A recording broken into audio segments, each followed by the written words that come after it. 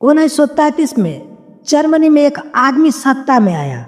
उसकी आवाज में गुस्सा था, शब्दों में आग थी और दिमाग में सिर्फ एक सपना, दुनिया पर राज करना, जिसका नाम था एडोल्फ हिटलर।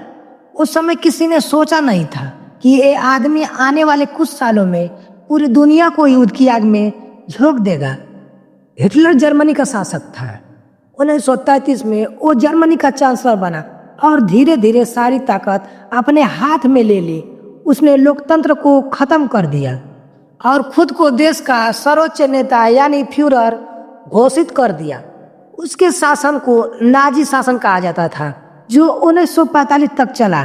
सत्ता में आते ही हिटलर ने जर्मनी को फैलाने की योजना बनाई। 1938 में उसने ऑस्ट्रिया पर बिना युद्ध के कब्जा कर लिया।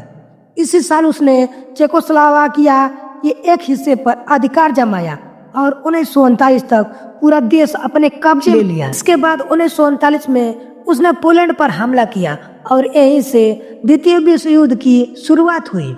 1940 में हिटलर की सेना एक एक करके कई देशों को हरा दिया। फ्रांस, बेल्जियम, नीदरलैंड और लग्जमबर्ग कुछ ही हफ्तों में गिर गए। इसके बाद उसने नॉर्वे और डेनमार्क पर कब्जा कर लिया। 1941 में हिटलर ने यूगोस्लाविया और ग्रीस पर भी हमला किया, लेकिन 1941 में उसने एक बड़ी गलती की।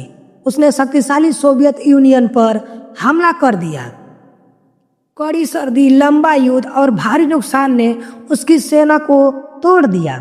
ऐसे उसके पतन की शुरुआत हुई। हिटलर एक क्रूर तरासा और नक्सलवादी शासक था। यहूदियों के खिलाफ उसकी नफरत ने होलोकॉस्ट को जन्म दिया, जिससे लगभग 60 लाख यहूदियों की हत्या हुई। हिटलर ने दुनिया जीतने की कोशिश की, लेकिन नफरत और हिंसा पर टिका उसका शासन आखिरकार खुद ही टूट गया। हिटलर ने दुनिया जीतने का सपना देखा था, लेकिन नफरत की नींव पर खड़ा साम्राज्य ज्यादा दिन नहीं टिकता।